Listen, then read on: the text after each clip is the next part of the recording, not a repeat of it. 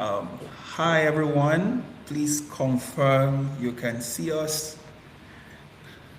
Tell us where you are joining from using the chat box.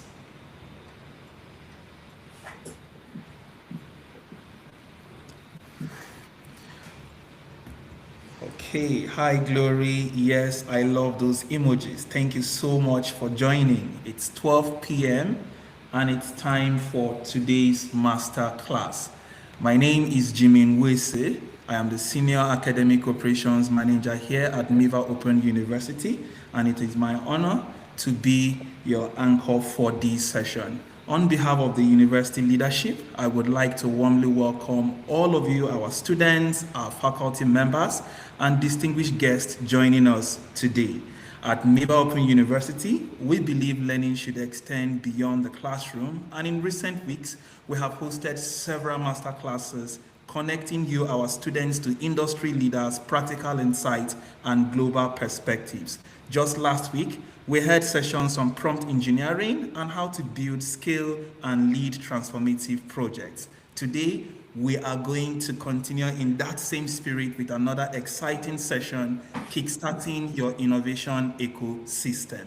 To formally open this session and welcome our guest speaker, it is my honor to invite the Vice Chancellor of Miva Open University, Professor Tayo Arulogun, to deliver the opening address and introduce our guest speaker. Over to you, Prof. Thank you, Jimmy. Good afternoon, everyone, and welcome to today's Miva Open University's Masterclass. At Miva, we believe that innovation is not just about ideas.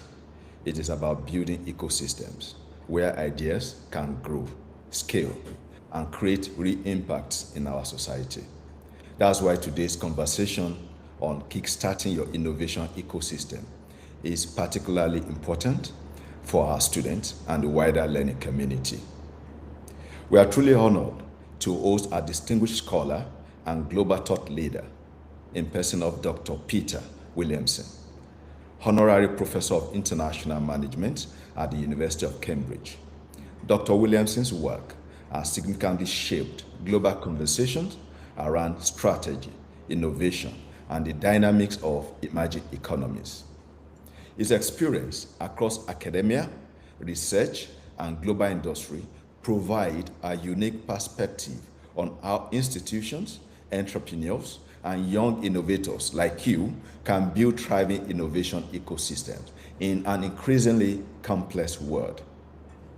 On behalf of the entire Miva Open University community, I warmly welcome Dr. Williamson and thank him for sharing his time and insights with us today. Ladies and gentlemen, please join me in welcoming Dr. Peter Williamson. You're welcome. Thank you, Professor. It's a pleasure to be with you, and thank you for that kind introduction. I'm very happy this afternoon to talk about why I think having an ecosystem, as Professor just said, is the way to go with innovation today. So most companies historically focus their innovation on their own R&D. And I think increasingly, as I hope to show you, that's not sufficient, but we need to build a network of partnership relationships or business ecosystem around our innovation to do things that no single company knows how to do. So what I'm going to do is talk for about 20 minutes about why I think ecosystems are the way to go in innovation today. What are some of the advantages? What are some of the things that you need to keep in mind? And I'll give some examples of companies building ecosystems. And then we'll take some time for Q&A. And then I'll come back to talk in the second part about how do you lead such an ecosystem? Because most of us know how to lead people who work for us, but in an ecosystem, you have to learn to lead people that don't work for you, and therefore that's a different kind of leadership requirement. And then we'll have another session for questions and answers after that. So let me start out by talking about an ecosystem that I've been involved in. And during the next slide, if you could.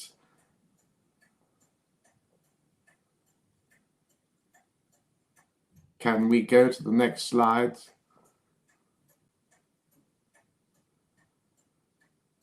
Yes, thank you. So this is an ecosystem that was built by Bosch in Germany to think about how do we build a sustainable, or how do we make buildings sustainable? And I'd like to just use this example to say a couple of things we've learned about these ecosystems. So the first thing that you see is that there are a lot of partners involved in this ecosystem. And the reason for that is that when they started out with this, they kept on realizing that there are more and more things that we need to do to make a building sustainable that we don't know in our company. And so we need to get other people who already have knowledge and capabilities in different areas to help us in building the solution that we want to make buildings sustainable. Most of this was actually to retrofit existing buildings. It's very difficult to make a new building sustainable because of the energy required in the materials that go into a new building, but there's some things you can also do there. And there are a couple of things which we discovered in this project.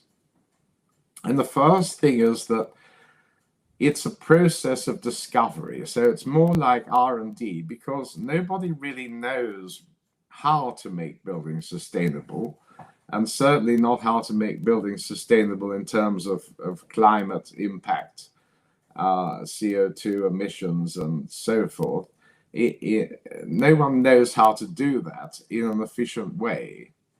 And of course, there are some partners that we know that we're going to need, like people that have sensing technologies. We're going to need software to process the data and so forth. But there's all sorts of other people that we need to bring into this ecosystem to make the building sustainable. So there are people like material scientists, people who can think about re-architecting the building, even in the case of new building, people that can think about the orientation of the building relative to the sun or different aspects. So really we had to find a way to bring these people together and not just tell them, you do this, you do that, you do something else, but to work together in a process of discovery to really work out how could we make buildings more sustainable. So the value of doing that was very clear, but how to do it was not very clear. And so you see, as we got into this process, more and more partners were required in order to do this discovery process. And that has some important implications, because what it really says is you can't just make a plan for building an ecosystem to do something entirely new and say, these are the partners I need, these are the relationships I need. You have to actually start working together with some partners and more like an R&D and discovery process. And then you'll find you need more partners because there are some gaps that by working together, the partners will innovate. And that's how we kickstart our innovation ecosystem. So next slide.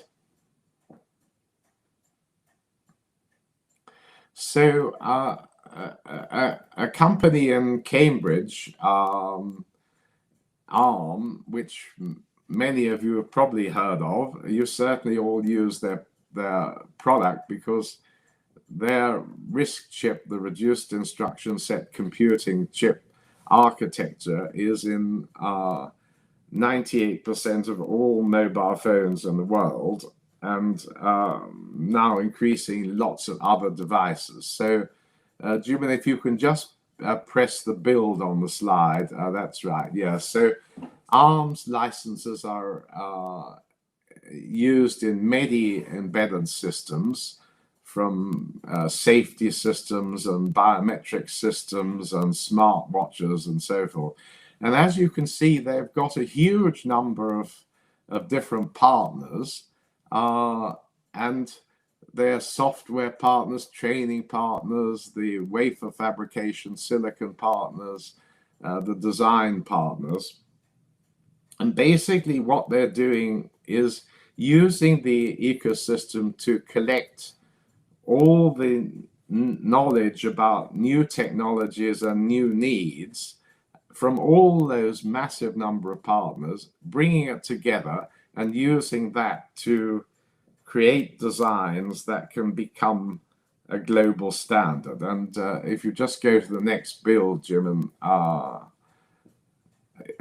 today over 200 billion chips with ARM IP have been shipped worldwide. So they're in a massive number of things, and the reason that they can produce a product that suits all these needs is because they use their ecosystem to bring new technologies and knowledge of the customer's requirements in different sectors together to help them do their R&D, so and come up with new product designs. So next slide. So another example is DBS Bank in Singapore, who wanted to build an ecosystem to innovate in global banking, mobile banking. And they built an ecosystem of more than 80 partners, from telecoms companies to fintech startups. And again, what DBS Bank, although it's a well-established and major bank in Singapore, wanted was a lot of capabilities and knowledge that they didn't have inside the bank. And it would be much too slow and complex to learn all that themselves and hire people to do that themselves. So leveraging partners in these areas was very important. And I just want to draw your attention to the roles of different partners, because at the bottom, we don't always think about what kind of partners we could need or could help us broadly enough. And so some of the important partners in DBS's mobile banking system were the marketplaces, the online marketplaces for cars, property, and electricity. And DBS didn't want to run those online marketplaces. It's not the bank's business to do that. But by having them as partners, they provided very valuable information about, for example, when someone was coming into the property market, or when someone might need a car loan. So as we know, you can't sell a mortgage if you're a bank to someone who's not buying a house.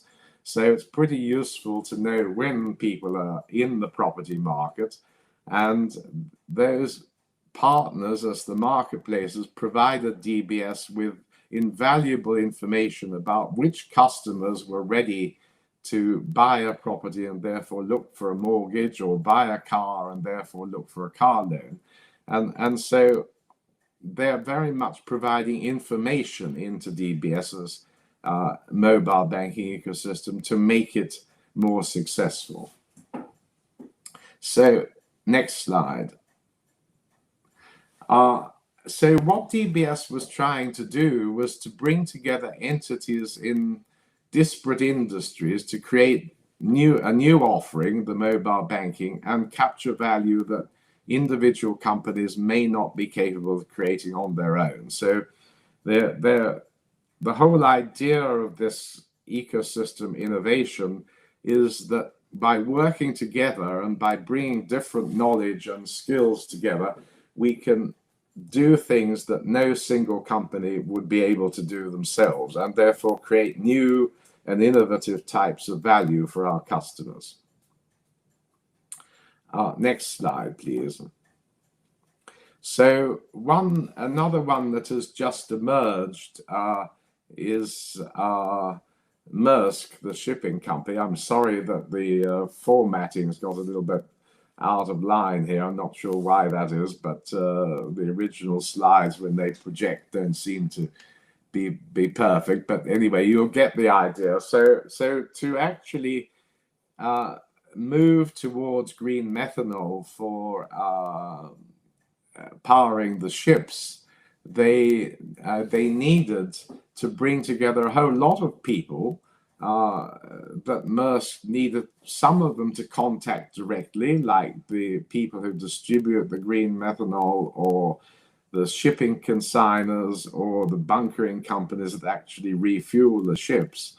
But also people that Maersk deal with indirectly. They could be wholesalers and retailers that want to label the products as being shipped using green methanol, or the ship manufacturers or the engine manufacturers. And as you can see in this diagram, it's not only Maersk working with the partners, but the partners are also working with each other. So the engine manufacturers and the shipping manufacturers have to work with the green methanol producers. So we shouldn't think of just a hub and spoke, and I'll come back to that later. It's very important that in these ecosystems, we're not only working with partners, but we're trying to get other partners to work together, even without our direct involvement, where we're just kind of orchestrating what needs to happen. So obviously, to make this green methanol work, you have to adjust the engines, and the shipping manufacturers need to take that into account, and so forth. So they need to work together to actually make this happen. Next slide. So why do I think this idea of ecosystems is something whose time has come? Next build. Can we go to there's unfortunately there are builds on these slides, so Jim, if we, yes, that's right, yeah. So during COVID, the president of Germany, Frank-Walter Steinmeier, said something very interesting. He said, "This has shown us that no single entity covers the medical, economic, and political elements required to produce a vaccine for all." And I think that was a good example of where we want to do something new, but no single company or entity has all the elements or the knowledge and capabilities required to do this. So I think more and more of the innovation opportunities that we see today fall into this category. Whether we're embracing new technologies, or dealing with disruptive competitors, or pivoting our business model, the quality and depth of partner ecosystems becoming more important, because many of the innovation opportunities we have are not things that can be done by a single company, or perhaps even a single industry. So we have to think about bringing together a broad set of partners, possibly including people that are not in our industry at the moment. Next slide.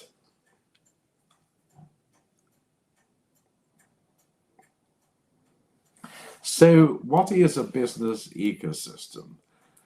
Well, probably the best definition I've seen goes back all the way to 1993 by James Moore in Harvard Business Review. And he said, the business ecosystem is a network of organizations and individuals that co-evolve their capabilities and roles and align their investments so as to create additional value or improve efficiency. And I've highlighted two of the things there. One is this co-evolution. So we're trying to bring people together and get them to innovate together. And we're also trying to get them to align their investments. So if you go back to the Maersk shipping example, for example, the methanol producers have to make investments, and the shipping companies need to make investments, the engine companies need to make investments, the bunkering companies need to make investments. And so what we're trying to do is to get all those investments coordinated. Next slide, please. Oh, goodness, right. I don't know why the formatting has got all messed up here, but anyway, let me just talk to the slide. Unfortunately, it hasn't come out well. So if we think about the normal ways in which companies get competitive advantage, we can think about things like cost leadership, differentiation, focus, and agility. And the ecosystem thinking basically allows you to build those advantages in new ways. So if I take cost leadership, we normally used to think about in terms of scale economies. But in the ecosystem world, it's really about network economies across the whole network. So as you probably all know, the classic example of a network economy is, if I have a telephone and no one else has a telephone, it's no use to me. If two people have telephones, it's of some use. If everyone has a telephone, it's of a lot of use. So there are these kind of network economies that are relevant to the ecosystems.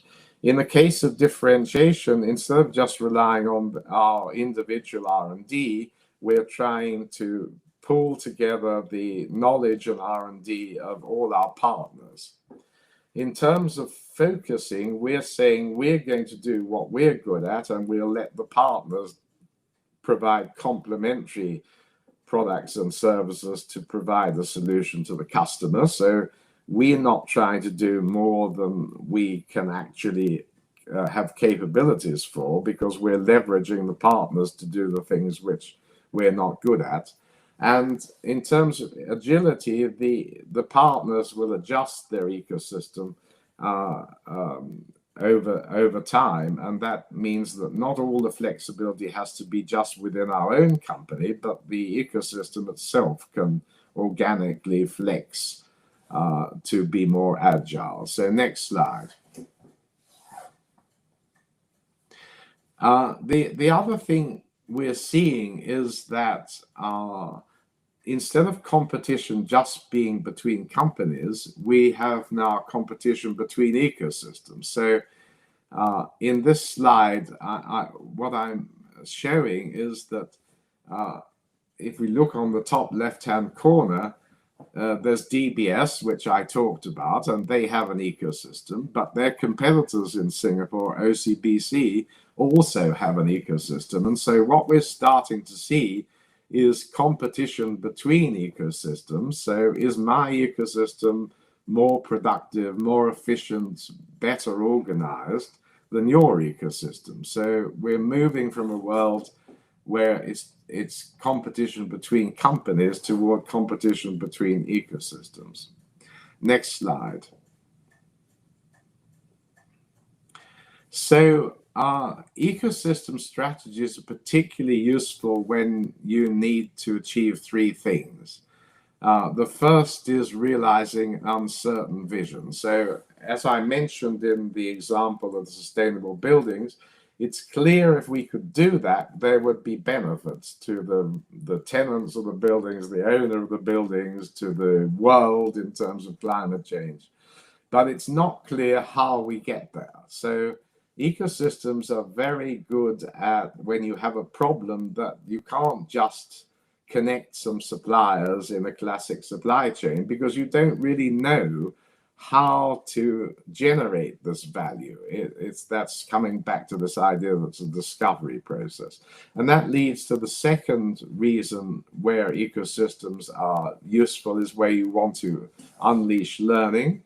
And as I just said, you need to enable organic flexibility. So where the ecosystem can reconfigure itself and you can try to nudge your partners in various directions, something I'll come back to, but the partners are also making adjustments so that the whole ecosystem tends to be more flexible than an individual company could be. So if you have a problem that's very well defined and there's very little innovation, then you can just put together a supply chain. But if you have a problem where the value is clear, like the sustainable buildings, but it's not clear how to achieve that value, then the ecosystem is a very useful way to get the innovation going. Next slide. And sometimes multiple ecosystems are involved. So a good example of the process of trying to build an ecosystem is the whole idea of mobility in cars. And that has a whole lot of sub-ecosystems, as you can see, with very complicated relationships. So there's a kind of autonomous driving ecosystem, there's a connectivity ecosystem, there's a smart mobility ecosystem, there's an electrification ecosystem. And so all those ecosystems have to come together. And that's why I guess moving toward electric, autonomous, self-driving vehicles is taking a long time, because there's lots of people have to work together in order to bring that whole new system of innovation into place. Next slide.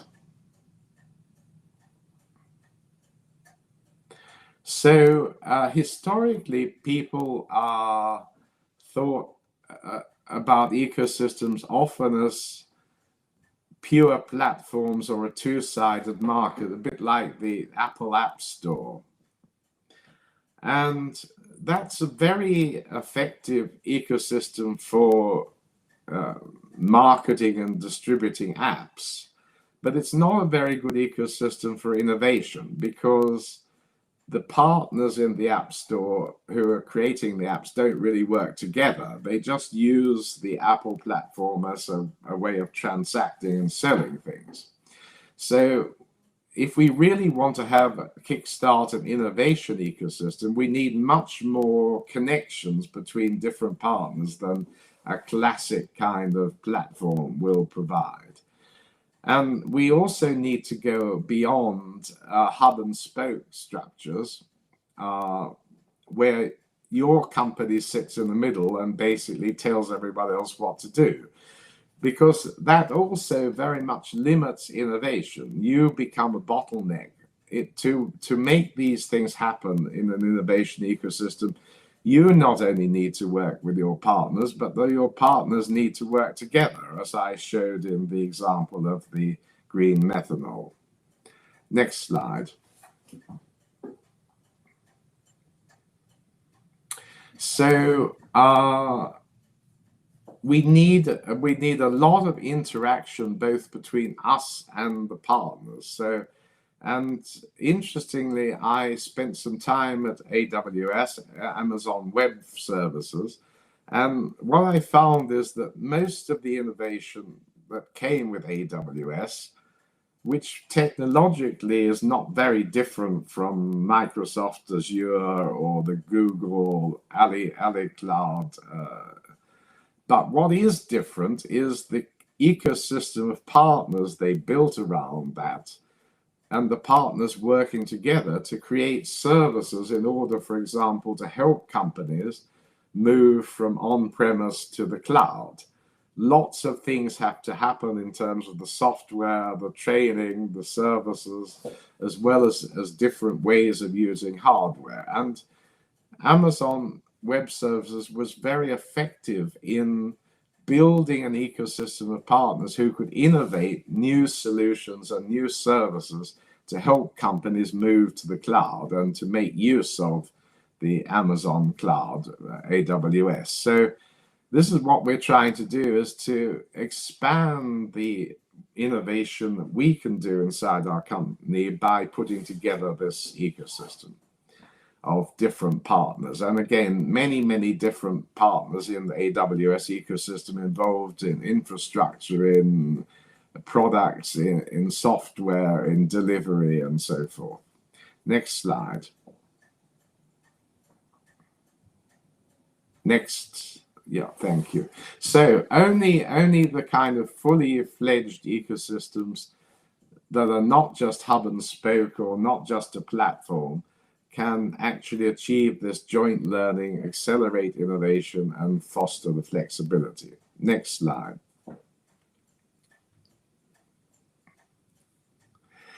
So you say, okay, yeah, just stop there. Thanks, Jimmy. That's all very fine, Professor Williamson, but I can't specify and control my ecosystem. And I say, no, that's true, but you can catalyze and shape and lead your ecosystem. And that's what I'm going to come to talk about in the second part of our time together. But in order to illustrate the thinking there, I want to go back to the 1950s when that car in the picture was developed. And if I can just have the next build, Jim. Back in the 1950s, most companies felt themselves to be largely at the mercy of market forces over which they had little control. So if I'd said to them, you need to develop a strategy to shape the market or to position yourself in the market, probably most companies back then would have said to me, look, there's supply, there's demand, and there's a price. What do you mean shape the market? What do you mean position yourself in the market? Now, of course, in 2026, we don't think anything of the idea of shaping the market, positioning ourselves in the market, even though we know we can't control the market. That we've come to understand there are many things we can do to improve our position in the market or to reshape the market. And next build, Jim. I think today forward-thinking companies are having the same kind of idea with ecosystems. So they understand that just like the market, we can't control the ecosystem, but that doesn't mean there's nothing we can do. We can still catalyze the ecosystem, shape the ecosystem, and lead the ecosystem. Next slide. So we studied, when I wrote a book with my colleague Arnaud Demer on this, a whole lot of different industries. And the point I want to make in this slide is that it's not just the high-tech industry. So we saw a role of ecosystems in newspapers, in medicine and health, in finance, in the design of aircraft. So it's not just, Apple App Store, the internet. So these ecosystems are relevant to a large range of businesses where we coming back to this basic idea that in order to innovate, in order to kickstart innovation, we need to bring together companies and partners with different knowledge and different capabilities to try and do something no one's done before, and that's a discovery process. Next slide. So I'm going to stop for questions in a minute, but before that, I'd just like to take you through one example of a company who's built an ecosystem, and that's the company I mentioned before, Arm, which was founded in this barn in Cambridge in 1990, and they only had $3 million of capital and 12 engineers, and they decided, next build please, Jim, that when a new CEO came along, he said, we want to become the global standard for these reduced instruction set computing chips with a target of embedding ARM designs in 100 million chips by the year 2000, so 10 years later. So that was a very, very stretching goal, and they realized that with only so little capital and so few engineers, they weren't able to do that by themselves. Next build, Jimmy, please. So they went to try to recruit some partners, and they went with Texas Instruments with a design proposal for Nokia, who at the time, as you may remember back, was the leader in mobile phones. And Nokia said, well, it's very nice you come with this design, but it's not adequate for our needs. And so what most companies would have done probably is to go back to their lab and to their barn in Cambridge and try and come up with a better design. But what ARM realized is that they were never going to come up with the right solution unless they worked with Nokia. So next slide. Sorry, just go back if you could, Jimmy, one bit. So they realized that they needed Nokia, but the issue was that they don't sell anything to Nokia. They sell to people like Samsung or Texas Instruments and so, who are making chips, or Taiwan Semiconductor. So in fact, Nokia was their customer's customer. And this illustrates something very important. But when you think about who can or should be your partners in kickstarting innovation, you need to think broadly about this. So not just your suppliers or your customers, but maybe you need to find a way to work with your customers' customers. And this was the case in ARM. Next slide. So that led them to say, well, actually, there's some other partners out there we should be working with. So tool developers and trading partners and service partners and systems integrators, as well as the people like Nokia or Samsung and Apple, who are the makers of mobile phones and other equipment. So that this insight that they needed to work with Nokia, who were their customer's customer, led them to this whole ecosystem. Next slide. So it turned out that in fact their customer's customer, the OEMs, were the single most important source for ARM's ecosystem in terms of knowledge. So the point is, think broadly about who out there could help you in kickstarting innovation. They might be people who are removed from you in the supply chain. They might be people from other industries.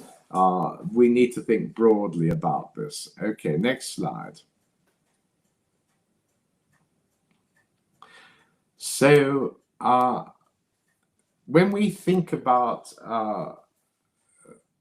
the building an ecosystem, the starting point, and that's what I'd like you to think about in the case of your companies, is what's the value proposition? In other words, what's the value we could deliver to customers that can't be done alone? And in ARM's case, there's value that comes from the product, low power usage, spreading the fixed costs across all the different partners and so forth. But there's also value that comes from the ecosystem. So one of the problems in the semiconductor industry, as you know, is that it's very cyclical. So there's a glut of chips sometimes, and there's a shortage of chips other times. And if you, for example, if you buy an Intel design, you can only buy the chip from Intel. And so when there's a shortage, it's very hard for you to get chips. But if you buy from ARM, because of their whole network of partnerships, you can buy the chip from anybody. who is an ARM licensee. So you're much more likely to get chips when there's a shortage. So there's a value that comes from the ecosystem as well as from the product. Next slide.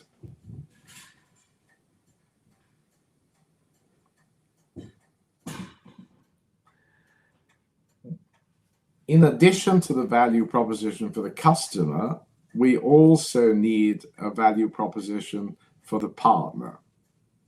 So each partner, we need to be able to answer the question, why should the partner join your ecosystem? And I'm not going to go through this table in detail in the interest of time, but you can see for each of the partners, we've got a value proposition. So for the silicon partners, it opens up new potential customers. For the tool developers, it means that training is widely available. Next slide. So a value proposition for the customer and a value proposition for the partners, each of the partners. Why should they join your ecosystem? So the first key question you need to ask yourself if you're going to kickstart an innovation ecosystem is this one of what kinds of new value propositions could an ecosystem thinking help you deliver that you can't do alone? So I'm going to stop there and turn to questions, and then after the first set of questions we can go back and talk a little bit about how do you lead these ecosystems. So I hope that's given you some ideas, and I'm happy to take some questions now on the concept and why it might be useful to you. Okay, thank you so much, Dr. Peter. We have a question here from Babajide. He's asking, how can one build or participate in an innovation ecosystem effectively? How do you join an ecosystem? Yeah, so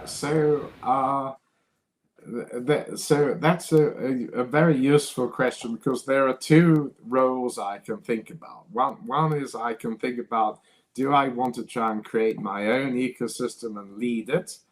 And the way you would start about doing that is thinking, okay, what is the value I can create by working with partners that I can't do myself?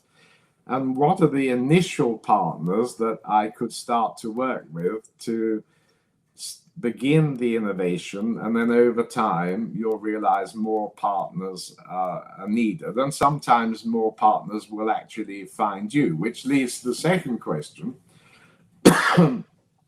If you want to join an ecosystem, the thing to do is to think about who is innovating in an area where I could be helpful. So who has started to build an ecosystem,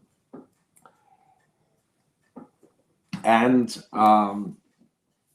where I think I've got something to contribute. And then you would, excuse me, go to that company and say, I think if we can work together, I can help you by working with you and some of your other partners to actually make this new value a reality. So two different ways, really, depending on whether you want to lead the ecosystem or whether you want to join someone else's ecosystem. So looking for ecosystems where you could contribute to the innovation process.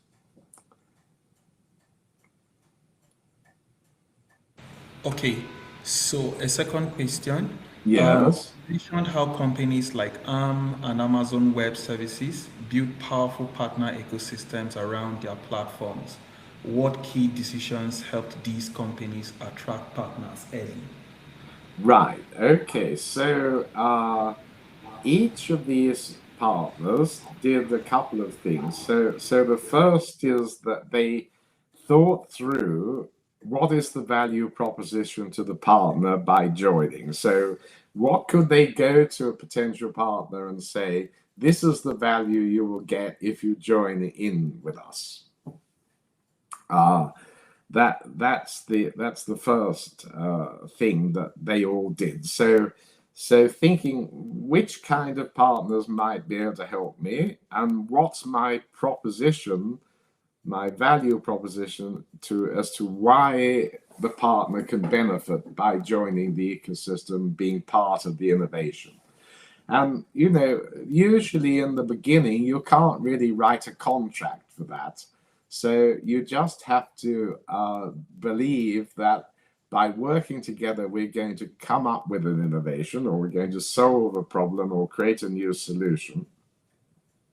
And then as you start working together and you create some new IP or new innovation, you have to then negotiate with the partner. Okay, how do we share the ownership of that? How can we share the profit that comes from it, and so forth? And so as the innovation becomes clearer, you might start to write some contracts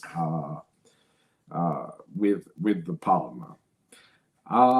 But in the beginning, you probably just have to start with a broad notion as if we work together, we're going to share the benefits, but we need to figure out the details later when we know exactly what the innovation looks like.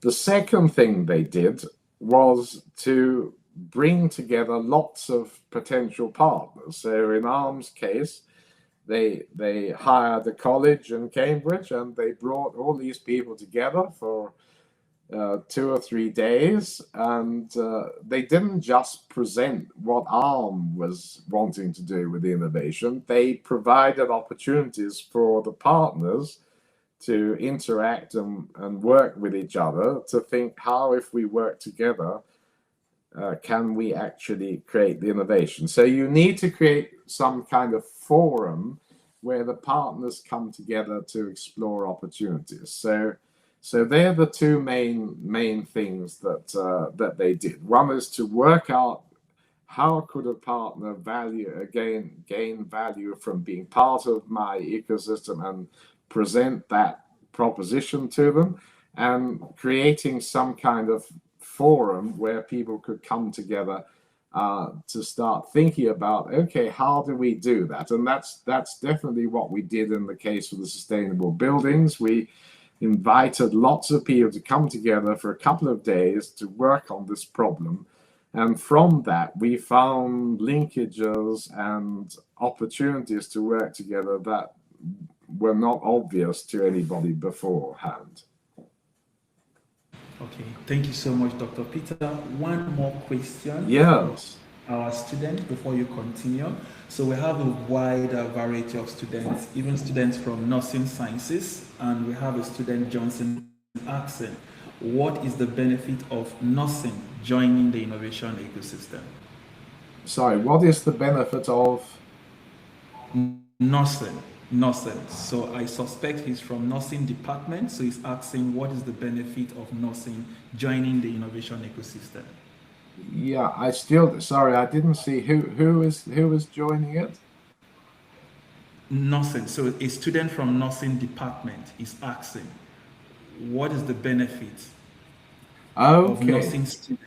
Yes, right. Joining the innovation ecosystem. Yeah, well, I guess I guess the benefit is thinking, how can I relate to the value that we're trying to create, and how could I get a share of that value, because what I bring is unique to the ecosystem. So looking at what people are doing out there and thinking, okay, it might not be obvious how I can contribute to this, but if I think about the totality of the system that needs to be created, where could I contribute? And if I could contribute, how would I get a share of the benefit? So I think that's really the answer, to always be asking the question, if you want to join an ecosystem, what could I bring to the party? Who else could I work with? And how might I get a benefit?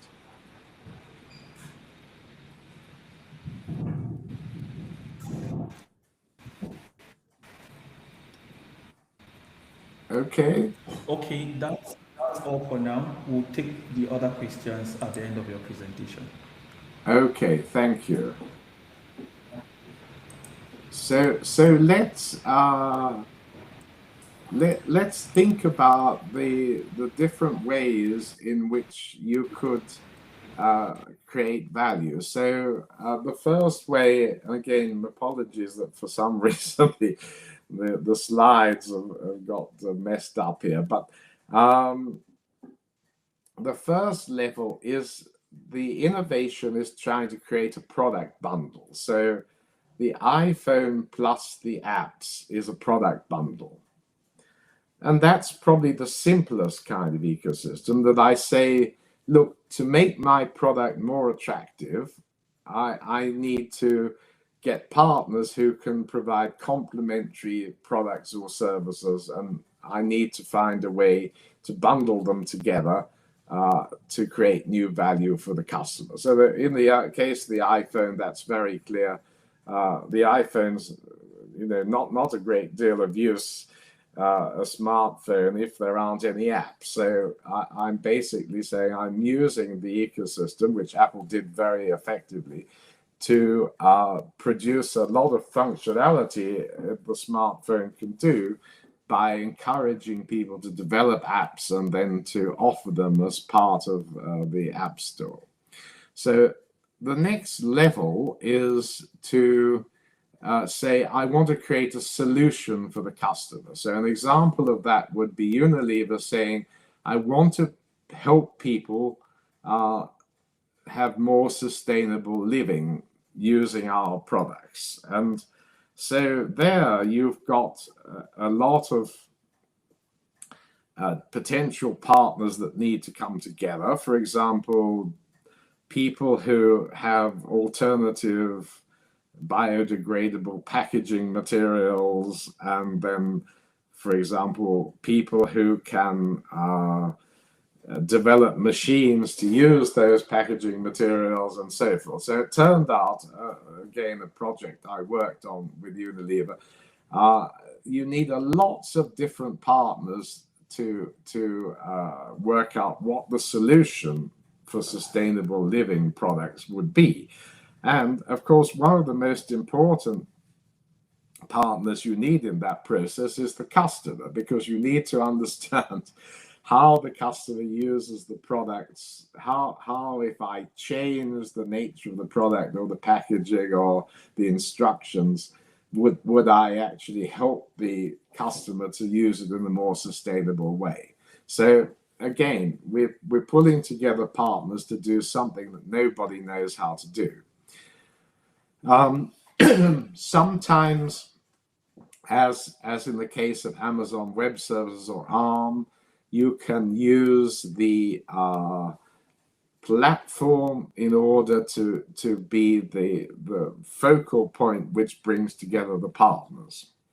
And then when they come together around that platform and they begin to start working together, they create innovative products and services that can leverage the platform and add value to the platform. So that could be. Or if we're thinking about renewable energy or autonomous driving mobility, you're actually trying to create a whole new industry. And in that case, you're going to need a lot of different skills and different companies, as I showed in the diagram on mobility in different areas. So to create a whole new industry is the most difficult one. So the easiest one is just let's create a product bundle, then create a solution. Maybe I can use a platform or establish a platform to bring partners together and help them work together. Or maybe I'm trying to do something which is really tricky, which is to develop a new industry. So think about, in your company's case, and the kind of innovation you want to do, where do I fit in that kind of hierarchy. So which of those things am I trying to do, and how much difficulty am I willing to take on? And maybe you might start with the easier ones and then try to expand the ecosystem as you innovate over time, to be more near the top of that, where I'm trying to create a whole new industry. So next slide. So let me turn now to the question of, okay, how do you lead one of these ecosystems? So I hope I've described kind of for you what an innovation ecosystem is, why you might want one, what kind of requirements in terms of understanding the value proposition are necessary, and so forth. So there's a number of things that the leader has to do in order to get that ecosystem going and to grow it, to stimulate innovation in the ecosystem, and of course, in many cases, to monetize the ecosystem. So as I said near the beginning, one of the aspects of that is that I have to learn to lead people who don't work for me, because the people who work in your partners, they don't work for you. So you can't use the normal kind of command and control systems that we're taught. You need to find different ways of leading. And I'll come back to say something about that toward the end of the presentation. So let me pick up on a few of those things, what you have to do to lead an ecosystem. Next slide. So the first thing you need to do is to demonstrate that you believe in the ecosystem. So when companies like Arm brought all the potential partners together, they had to be willing to either provide some money or some knowledge or some data or some access to customers or something that demonstrated that they believed that the ecosystem could deliver value. So they had to actually put something on the table. The second thing that you need to do to kickstart the ecosystem is to co-opt some foundation customers. So you need to have some potential customers, because as we found in the Arm case, that customer was actually not a direct customer of Arm, it was the customer's customer. But they were very important, because without them, without some customer involvement, you're likely to come up with an innovation that doesn't really fit the customer's needs. So in the Arm case, what was interesting is that Arm were working on functionality of the chip and the cost of the chip. But Nokia told them that actually what I need is low power consumption, because the problem at the time was the batteries weren't very good in mobile phones. And so I need to minimize the amount of power that is being used. And that was actually more important than cost or even adding more functionality to the chip. So having a customer is very important in this thing. The third thing that you need to do is develop some kind of roadmap for where the ecosystem is going. And that's important, because if you want the partners to invest in your ecosystem, you need to be able to give them some idea of where it's going. I'll say a little bit more about that later. If we can continue with the build, Jim. I think there's, yes. As I mentioned in the last bit, with Arm, we need to be able to, and in answer to the question, one of the questions, you need to be able to communicate partner value propositions. So to tell the partner, if you join my ecosystem, I think this is how you can benefit from it. This is how I think you can contribute to it, and this is how I think you can benefit from it. And the table I showed you was all about thinking through how can the partner gain by being part of this ecosystem. Our next point. And we need to try to make it easy to join our ecosystem. So thinking about how do I shrink the barriers to joining my innovation ecosystem? How do I make it easy for the partner to join so that they don't have to invest too much up front to test out whether or not they can be part of the ecosystem? How do I do that? And next point. And how do I encourage the partners to invest in the ecosystem? So next slide. I'm going to talk about some of those ones a little bit more now. So foundation customers. So a lot of times people went out there and thought, well, the best people to be in my ecosystem are my biggest customers. And what we found is that's not true, because probably your biggest customers are the people that have the most invested in the status quo. So they don't really want to change the world. What you want, it turns out, are the people who are the challengers, who want to disrupt the current system, the current way the market works, by being part of an innovation ecosystem, because they're the ones that are most committed to doing something new. So look for the customers who want to change things, who are just the disruptors. They're the people you need in your innovation ecosystem, not the ones that are very committed to the status quo. You need to find customers who are willing to put in some time toward co-developing the innovation. So why will they put in time? Well, they'll only do that if they can't buy a solution in the market at the present time. So if you're really coming up with something which solves a need they have and is an innovation. So one of the reasons that Nokia, for example, or Samsung partnered with a small company in Cambridge is because they couldn't find anybody who could meet the standards that were required on power consumption. So they were willing to put in time and effort to co-develop the innovation. So thinking about how do I have a foundation customer that has that kind of benefit.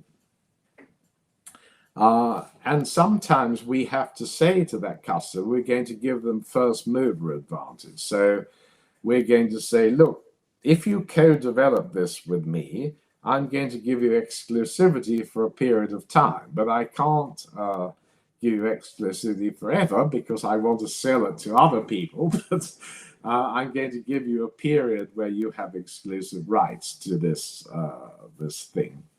And it's nice if that foundation customer has significant volume potential, because that will get the ecosystem sales going. But it's not the most important thing. The most important thing is that they're willing to invest in co-innovating with you. And of course, they need to recognize that they will be imitated, but they compete by staying ahead of the game. So that when you go to sell the innovation to other people, they're already beyond to the next one. So they just accept that at some point, they're not going to have the exclusive rights to whatever the innovation is. So just some ideas about how do you find a good foundation customer to work with you in the early stages of the ecosystem. Next slide. And then you need a roadmap. So the difficulty here is, because it's an innovation, I don't know exactly what the roadmap is going to look like. And so I do need to adjust it over time. But if I keep changing it all the time, the partner can't invest. So I do need to provide some kind of roadmap. Now, you might wonder why I've got these pictures on the slide. So I want to give a brief illustration of this. So one of the important things we learned about these roadmaps. So you'll see some gentlemen here dressed in red, and they're actually Swiss males.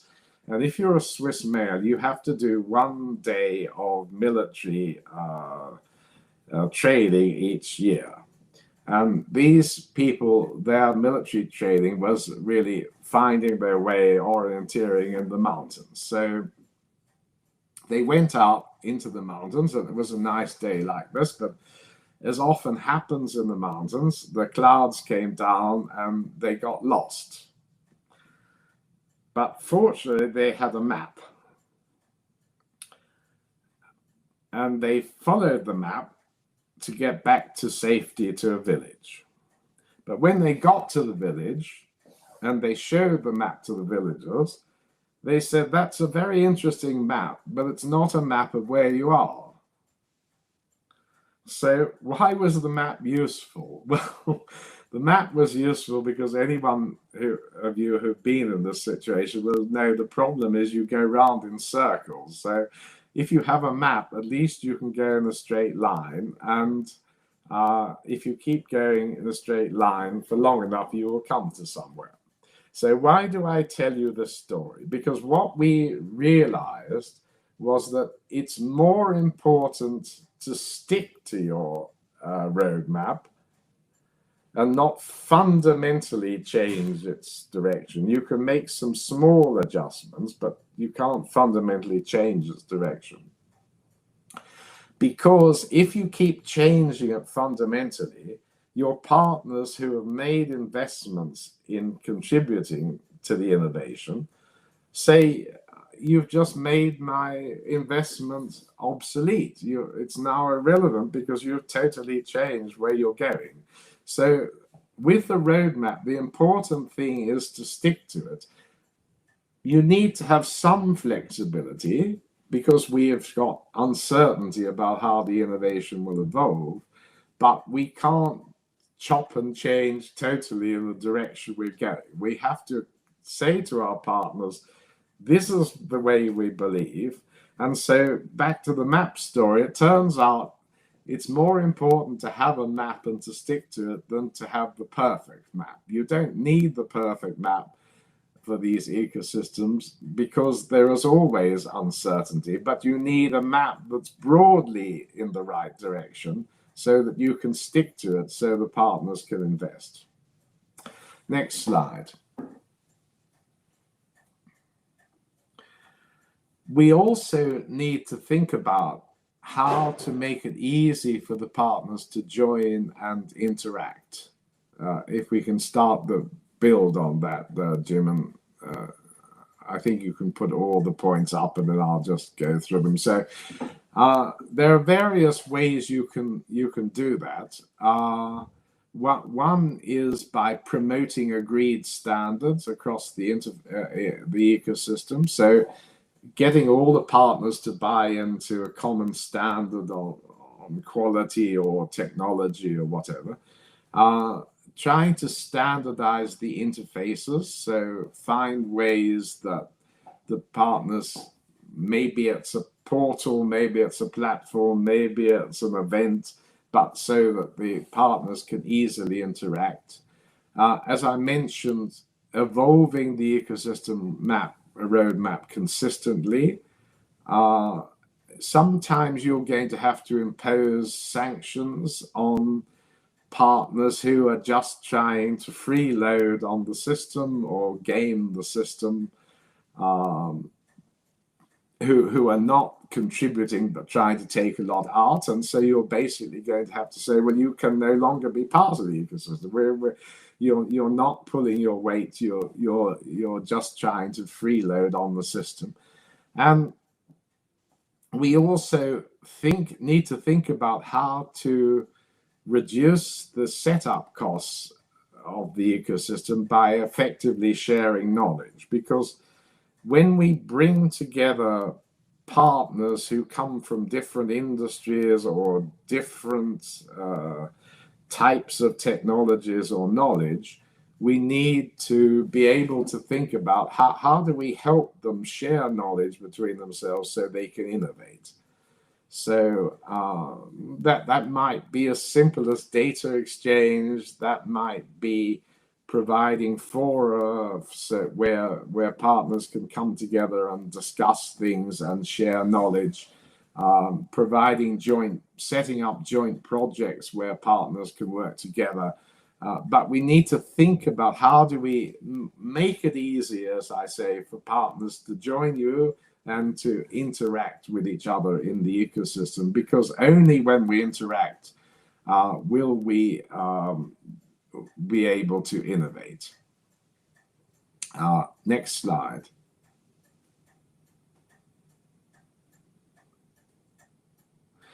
So we need to also think about how we're going to get the partners to invest. So one way for you to think about this is, what's my match so I can light a fire? I'm trying to light a fire of innovation and investment by my partners. What's the thing I need to do to encourage them to invest? Is it to bring a potential customer? Is it to share data? Is it to share knowledge? What is it that's going to encourage them to invest? Because that's how you move from constant returns to increasing returns per unit of investment, because you're basically gaining not only from the investment that you make, but also the investment your partners make. And an interesting example of that is I did a quick estimate of how much Apple's partners have invested in creating apps. And I estimate that Apple have got their partners to invest around 440 billion US dollars in creating apps that makes the iPhone more functional. That's 440 billion Apple didn't need to invest. And there's no way Apple could have come up with the creativity required in all those apps, because by having all these app developer partners, they were able to tap into way more creativity, even though Apple's a creative company, than they had in-house. So they've got a double benefit, that the partners have invested a lot of money in making Apple more successful. Not all of those partners, of course, will have made a return on the investment in their apps, but many of them will, and therefore we're leveraging, we've lit a match to light the fire of investment in app creation, which is making our product and solution more attractive to the customer. Okay, next slide. We also need to think about how do we handle the knowledge which arises from the innovation within the ecosystem. So if you put the build on this slide, Jimin, I'll explain how this works. So can you put there's some arrows that will come on the slide? Yes, that's right. Yeah. Okay, so as we innovate in the ecosystem, we're creating new knowledge.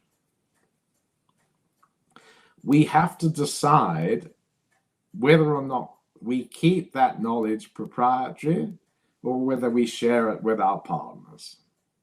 So we might want to share the knowledge with our partners in order to make the ecosystem more successful and to drive the innovation forward.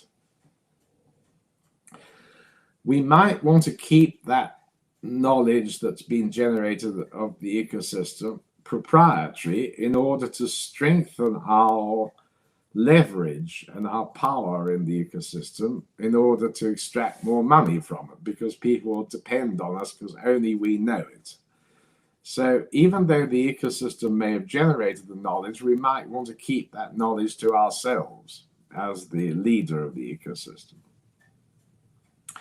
And the partners are also making the same decision. So when there's an innovation, when there's new knowledge, they're always saying, do I share it with the ecosystem or do I keep it to myself?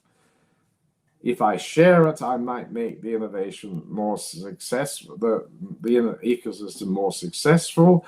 If I keep it to myself, I might become more powerful in the ecosystem, and therefore I can make more money out of the ecosystem. So we've always got to get the balance right. Some of it we want to share, some of it we want to keep to ourselves. And the last build on that, Jim, and I think there's another arrow that, yeah. So what we're trying to do is share some things with the ecosystem that will help us generate more knowledge that'll provide, that we can then decide, do I keep it to myself or do I share it with the ecosystem? Right, next slide. So if I want to make money out of the ecosystem, there are three requirements. The first requirement is I must ensure the ecosystem delivers more value to the end user than any company could alone. So nobody's going to buy from an ecosystem where they have to pay for you and all these partners if they can buy from one company. So the reason they're going to buy from the ecosystem is because the ecosystems come up with something innovative that nobody can do alone. And so that's the first requirement. Your value proposition has to be something that there isn't a company out there that can deliver it by itself, because otherwise the customer will tend to go to them rather than pay for all these partners as well as you. The second thing is you need to control some keystone in the ecosystem that gives you leverage to take profit. So it's something that the ecosystem needs to create value that only you can provide, because otherwise it's not really possible to take money out of the ecosystem. So a good example of that is, if you go back in history, IBM built a huge ecosystem called the IBM compatible PC ecosystem.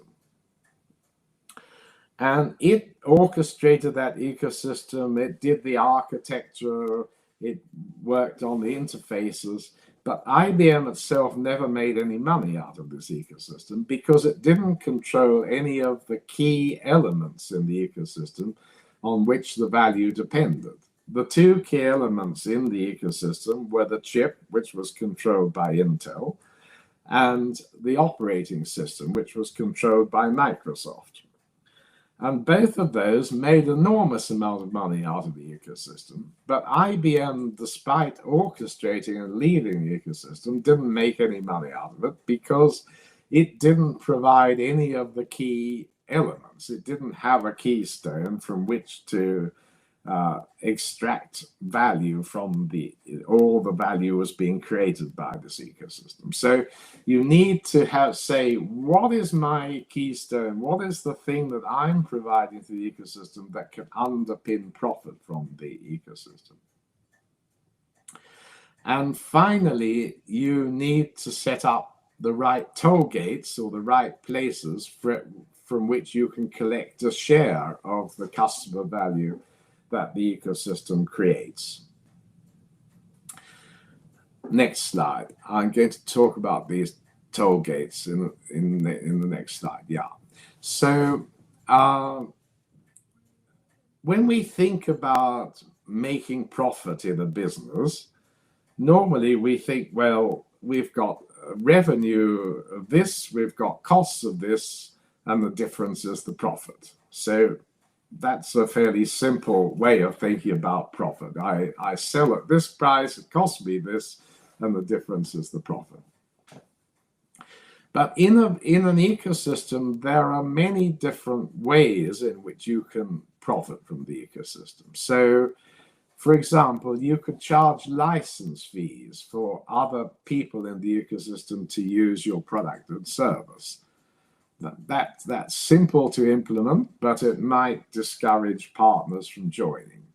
Or you could charge royalties and transaction fees. So everything that goes through the ecosystem, you could say, I'm going to charge a small royalty, that's what ARM does, on everything that goes through, because I'm leading this, my technology is core to it, so I can take a royalty or a transaction fee on that. The same as Apple does with the Apple App Store, except they take 30%, I think, which is a lot. But and that embodies a powerful value proposition, which is the more you earn, the more I earn. So I'm only taking money if lots of things are happening, lots of value is going through the ecosystem. But the partners, of course, may worry that the costs of that become huge, because I'm taking maybe a small fee, but if the volume is massive, it's going to be a lot of money. So there are pros and cons of each of these. And or I could sell value-added services to the ecosystem. So I could say, okay, in order to deliver this solution, the ecosystem needs certain services which I can provide, and I'm going to make money by selling them to the ecosystem. So I've been part of the innovation that figured out what the solution looks like and the services that were needed to support that ecosystem. And now I'm going to sell those services into the ecosystem because they're essential for creating value for the customer. Or finally, I might use the data and knowledge that is generated by the ecosystem to create new profit streams. So that has the advantage that it's mostly pure upside. And, the problem with it is it might take you into potential competition with your partners, which you need to be careful of, but it's mostly pure upside. So let me give you an example on the next slide of that, which is something I worked on in China. So this is Alibaba. And Alibaba has, as many of you will know, a huge e-commerce ecosystem. And related to that, it has Alipay, which is the payment system that works in concert with its e-commerce system and other people. So Alibaba has enormous amount of data on two groups of people. One is consumers who are buying things and paying for things, and sellers who are selling things through the e-commerce. So if we take the sellers first, Alibaba says, I know how much you're selling, whether it's growing or whether it's declining. I know how many things are being returned. I know how whether your customer satisfaction is going up or down. I know lots and lots of things about your company which are beyond what I can tell from your accounts or your annual balance sheet and profit and loss statement. So Alibaba's, and I get an update on those things every millisecond, because I'm monitoring everything that goes through the e-commerce site and the Alipay system instantaneously. So they said to themselves, why don't I then use that data to create a credit score for the sellers on my e-commerce system, and I can sell that credit score to banks and other people that might lend to those sellers. Likewise, they know all about the customers, so they know how much are the customers buying, the consumers, are they paying their bills on time, so forth. So they decided that, okay, I could also create a credit score for the consumers. And in China, this was particularly important because many consumers didn't have a credit card, so they didn't have a credit score. They just went straight to using their phones and Alipay and WeChat Pay and so on to buy things. So Alibaba created a whole new business using the data generated by their e-commerce ecosystem, from which they could make money by selling credit scores. So that created a whole new revenue stream. So that's a perfect example of finding using the data and knowledge generated by the ecosystem to create a new profit stream. And in fact, they went much further than that, as many as you will know. They created the whole thing called Ant Financial, which has 375 million customers who invest money through the Ant ecosystem with their partners, who are people who are managing investments, linked back to Alipay. And again, because they have the data, this is very useful in developing this financial services ecosystem. So the point is, we can think about different ways of making money from the ecosystem. It's not just a matter of I sell at this, it costs me this, and the difference is the profit. I could have license fees, transaction fees, sell things to the ecosystem, or I can use the data of the ecosystem to make money in a different way. So we need to think broadly about how do we monetize the ecosystem. Okay, next slide.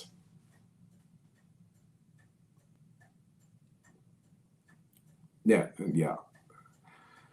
So I'd like to end off, and then we'll take some more questions, by talking a little bit about what's required from a leadership perspective to make these innovation ecosystems work. And as I said in the beginning, the key thing there is to go beyond command and control.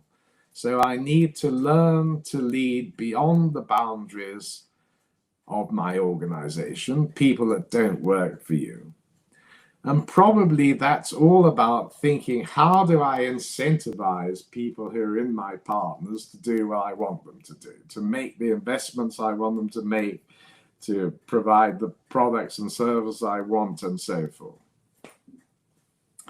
I also need to accept that there's less control and predictability in this ecosystem than if it were all inside my own company. So I need to think, how do I nudge people? How do I nudge partners to do things? So some of these things come from the fundamental value proposition of the partner, the answer to the question, why should I join your ecosystem? But I also need to think, how can I nudge partners? So communicate with partners, tell them, I think if you could do this, this would be very helpful both to the ecosystem and to your own ability to profit from the ecosystem. This would help move the innovation along. And the third thing is very important for a leadership perspective, is that in a normal supply chain, we usually think of it as a zero-sum game. So if the supplier gets more, I get less. But in an ecosystem, we're not so worried about that, because the most important thing is that we make the cake bigger. If we can innovate more and create more value, everyone will be better off. And so that's what we need to focus on. And we don't really need to ask ourselves the question, is the partner making a lot of money from this? Because the only question we should ask is, are we making more money by being part of the ecosystem than if we weren't part of the ecosystem? In fact, the fact that the partner's also making good money out of this is probably good, because that will encourage them to invest and put more emphasis and effort into the innovation in the ecosystem. So it's not a zero-sum game. We're trying to create new value which we can share, and we shouldn't always approach it with the idea that if the partner gets more, I get less. We're all about trying to create more for everybody. And we can only do that if we create value for the end customer that is impossible for them to get in any other way. And finally, we need to manage the shared learning and the higher risk of IP leakage. So if the ecosystem, or when the ecosystem innovates, we need to ask the question, how are we going to share the intellectual property or the ownership of that innovation? And that's going to be a negotiation, because I couldn't have done it without my partners, so I can't just say I own it.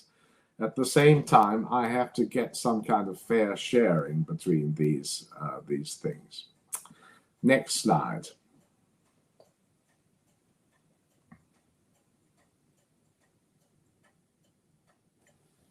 So in achieving that kind of leadership, I probably need to think, how do I restructure my own organization to work with the ecosystem?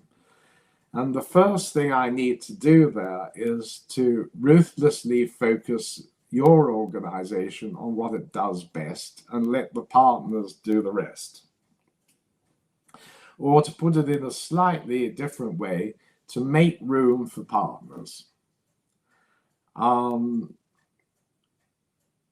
What I found is that most organizations who want to build an innovation ecosystem, they try to do too much themselves. They don't make enough room for partners. The whole idea of the ecosystem is partners can bring something that I don't have and I don't know, and therefore I need to make room for them. And the corollary of that is I need to focus on what I do best and not try and do everything. So that's the first thing that you need to have in your mind in building such an organization. The second thing is I need to build an organization that can interface effectively with external partners. So who in my organization is going to look after the partners, communicate with the partners, nudge the partners?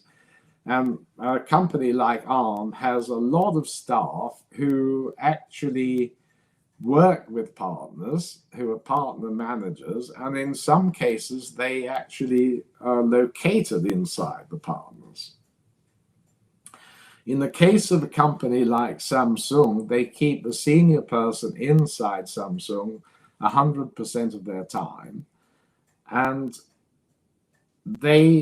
Samsung is not even their customer. Samsung is their customer's customer, but they need that partnership relationship in order to get the knowledge and technology innovation that they need, and so that both can benefit. So thinking about who in my organization is going to take these kind of roles. I also need to get my employees ready for what we might call effective coopetition. So a lot of people will ask in an ecosystem, is this my enemy or my friend? And the answer is usually both. So there's usually a competitive element with your partners about who gets what profit, but at the same time you have to cooperate. And for most of the people in your organization, that's not very easy for them to keep in their mind. They want to know black and white, who's the enemy, who's the friend. So understanding what should I share with the partners and what I shouldn't share with the partners. How do I live in this world that you might call coopetition? And finally, if we're going to be dependent on the health of our ecosystem, we need to be able to monitor the health of our ecosystem. So next slide. So, sorry, just a little bit more on the monitoring.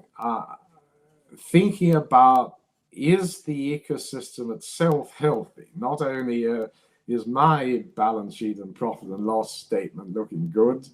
But how is the ecosystem doing? So are people joining the ecosystem? Are lots of people leaving the ecosystem? If lots of people are leaving the ecosystem, you probably know it's not healthy.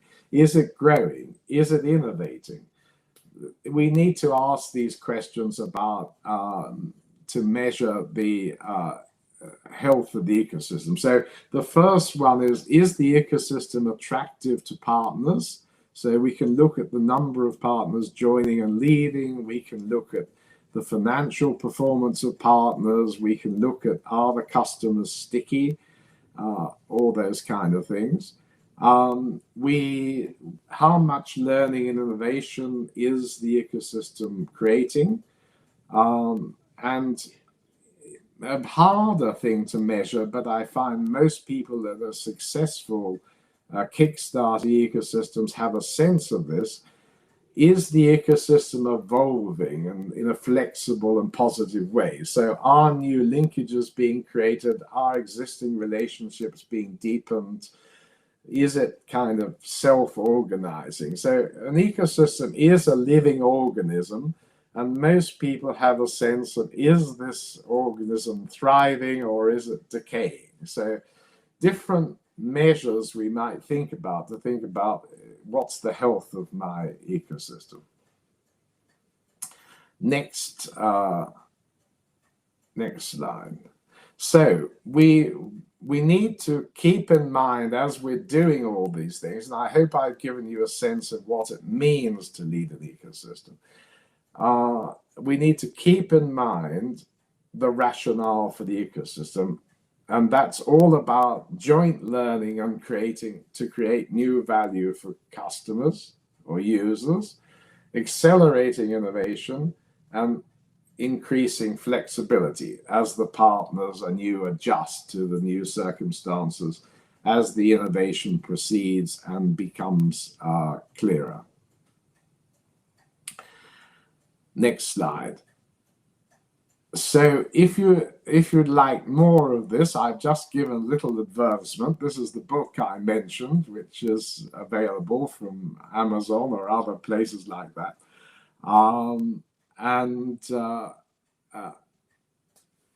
That looks in more detail at the examples and some of the requirements and to lead an ecosystem. So I'd like to stop there and thank you. I'm happy to take questions now. If I could just take a break for 1 or 2 minutes, and I'll come back and answer the questions. Thank you.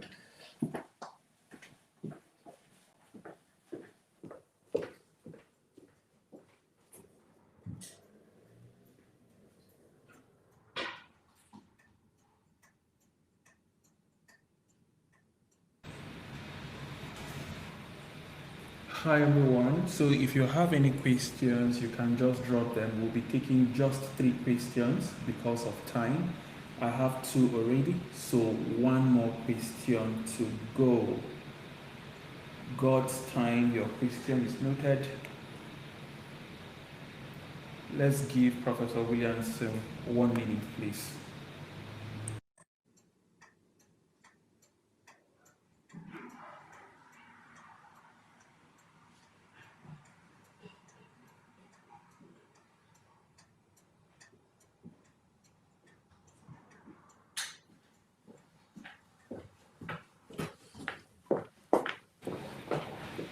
And please, we have shared an attendance, so please make sure you put that up. We're going to be sharing the slide presentation and certificate of participation with you all. Hi, Prof. Welcome back. Right. Sorry, I just needed a break. Right. Okay, so I have 2 questions. Okay. You spoke about the role of ecosystem. Sorry, just one moment. Okay.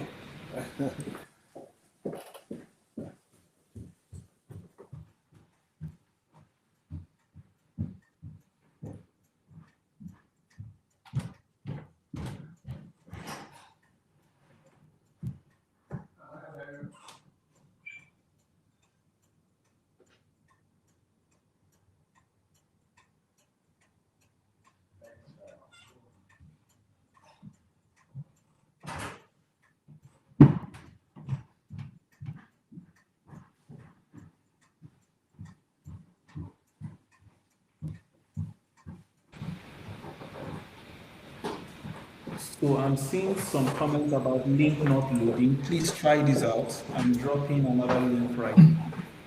Sorry. Jimin, fire away the questions. Okay. Okay, so you spoke about the role of ecosystems in driving innovation. In the Yeah. technology sector, companies like Apple, Google, and Microsoft have built powerful ecosystems. How do these ecosystems help organizations drive digital transformation while creating value for both users and developers? So I think they do so by bringing together different skills and capabilities and knowledge that have not come together before. So I think this is the important idea.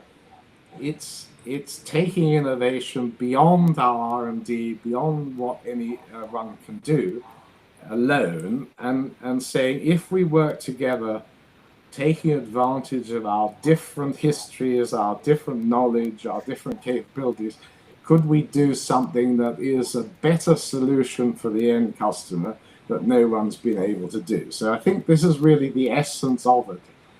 Like the examples I gave, no one's actually made a building really sustainable. But if we build these ecosystems of partnerships together, we can actually come up with innovations which would achieve something that no one has achieved before and that no single company can work out how to do.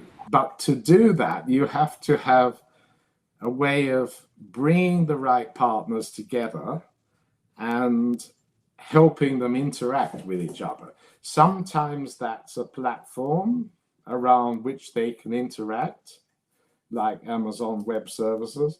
Sometimes it's actually bringing them together physically. Sometimes it's creating a kind of community online or face to face. So there are different mechanisms, but the core idea is I want to do something for the end customer that I couldn't do alone. Even the companies you mentioned in the question who have massive resources, they just don't have the the breadth of capabilities, for example, to come up with an autonomous vehicle. That's one of the reasons why Apple pulled out of that market. I need to bring together a group of partners and I need to facilitate them to work together to innovate. Okay, thank you so much, Dr. Peter.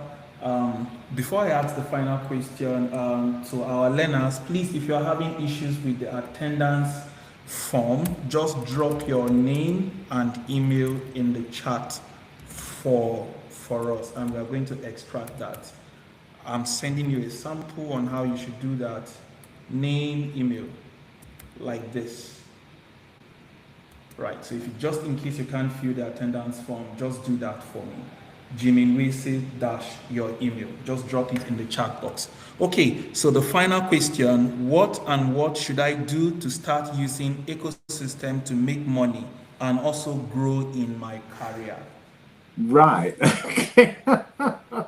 Well, there are two things you could do. Well, one is to, as I mentioned, think who around me is building one of these innovation ecosystems?